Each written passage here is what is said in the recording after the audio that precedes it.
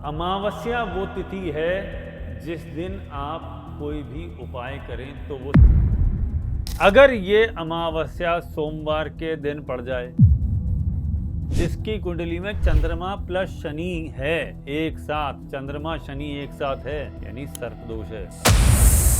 लेकिन अमावस्या की तिथि पे किए गए उपाय, ग्रहण पे किए गए उपाय, पितृपक्ष पे किए गए उपाय, संक्रांति पे किए गए उपाय विशेष महत्व रखते हैं।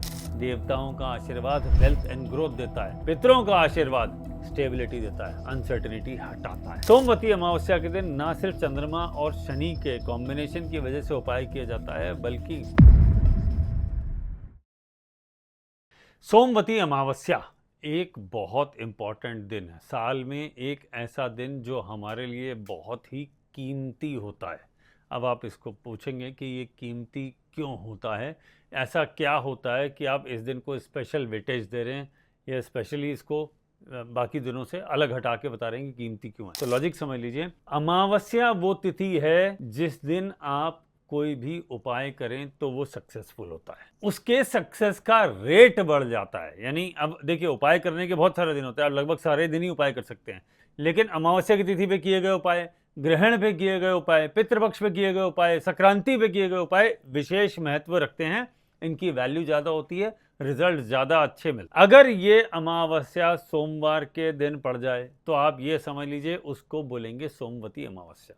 लेकिन आजकल परेशानी ये है कि तिथियों का कैलकुलेशन कुछ ऐसा चल रहा है कि 2 दिनों में पड़ रही है।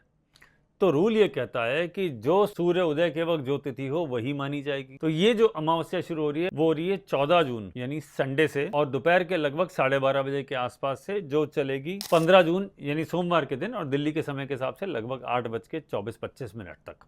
यानी सूर्य उदय का जो समय है 6 से पहले 5:30 से 6 का जो समय है, जो अलग अलग जगह 2-2, 4-4 मिनट के फर्क पे आता है, उस समय की तिथि होगी अमावस्या, तो उसे माना जाएगा सोमवती अमावस्या। अब सोमवती मींस चंद्रमा, अमावस्या मींस शनि। तो यानी कुंडली में, जिसकी कुंडली में चंद्रमा प्लस शनि है एक साथ, चंद्रमा शनि एक साथ है, यानी सर्प दोष है, आप समझ लीजिए। या किसी की 7.5 चल रही है, शनि की ढैया चल रही है, या शनि की महादशा चल रही है, शनि की अंतरदशा चल रही है, जिसकी वजह से वो परेशान हो रहे हैं।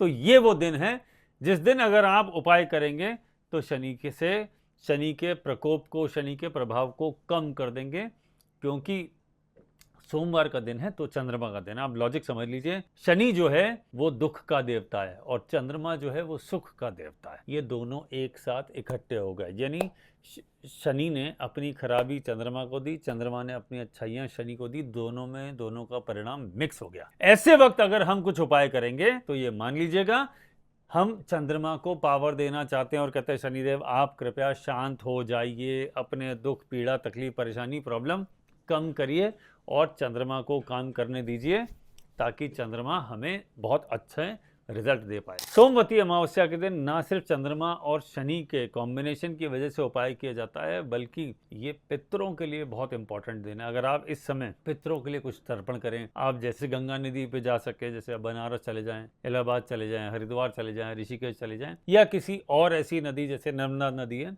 वहां जाके आप पितरों का तर्पण कर सकते हैं। ये उसके लिए एक बहुत ही शानदार दिन है। और क्या कर सकते हैं, जो लोग नदी पर नहीं जा सकते हैं वो पीपल के पेड़ के नीचे कुछ ऑफरिंग कर सकते हैं। क्या ऑफरिंग कर सकते हैं कि कच्चे दूध के अंदर थोड़े से काले तिल मिला लीजिए। एक तो सोमवार के दिन शिव जी पे चढ़ाना ही है, दूसरा पीपल के पेड़ पर भी चढ़ाना है। और जिन जिन लोगों को शनि ने ज्यादा परेशान किया हुआ है, यानी ढैया, अष्टम ढैया, चतुर्ढैया, 7.5 दशा, अंतरदशा चल रही है, उन लोगों को चांदी का नाग नागिन का जोड़ा छोटा सा ले लीजिएगा, कुछ बड़ा लेने की ज़रूरत नहीं है। 500-700 रुपये में अच्छा छोटा पीस आ जाता है। पेयर की बात कर रहा हूँ मैं। आराम से किसी भी चांदी वाली स्टोर पे जाइए, वहाँ रेडीमेड तैयार मिलते, वो लेके शिव मंदिर में चढ़ा दीजिए भोलेनाथ पर, और दूध भी चढ़ा दीजिए। ये करने से आपको इसका बहुत बढ़िया रिजल्ट मिलेगा।